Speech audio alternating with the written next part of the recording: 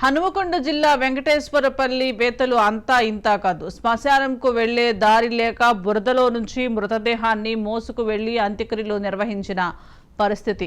దున్నిన పొలం బురదలో నుంచి దహన సంస్కారాలకు వెళ్లేందుకు గ్రామస్తులు బంధువులు ఇబ్బంది పడ్డారు. గ్రామానికి చెందిన బత్తిని కుమారస్వామి అనారోగ్యంతో మృతి చెందారు. మృతునికి 4 కూతుళ్లు కాగా పెద్ద కూతురు అంత్యక్రియలు నిర్వహించింది.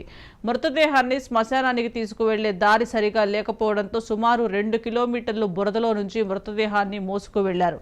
అనేక సంవత్సరాలుగా ఇబ్బంది పడుతున్నా పట్టించుకునే నాదుడే లేదని గ్రామస్తులు ఆగ్రహించారు. ఒక శవం కూడా ఈరోజు శ్మశానానికి వెళ్ళడానికి ఇబ్బంది పడుతుంది. ఎందుకంటే నేను కాటు దాకా కూడా పోవద్దని తన ఆత్మ కోరుకోవచ్చు. ఎందుకంటే ఎంతోమంది నేను దహనం చేసినా కూడా ఈరోజు ఆ శవాన్ని మేము కాష్టాల దగ్గరికి క్రిమిటోరియం దగ్గరికి తీసుకెళ్ళడానికి మాకు దారి లేదు, నడవడానికి బాట లేదు. మోకాళ్ళ మట్టుకు బురదలో మేము మా గ్రామస్తులం ఎంత ఇబ్బంది పడుతున్నామో మా బాధ మాకు వర్ణనాతీతం.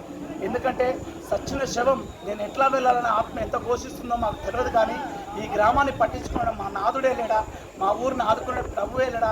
అసలు ఎందుకు మేము అసలు ఈ భారతదేశంలో ఉన్నామా, ఈ తెలంగాణ రాష్ట్రంలో ఉన్నామా? అసలు మా ఊరు వెలివేయబడదా, లేకపోతే మా ఊరు అసలు చరిత్రలో లేదా?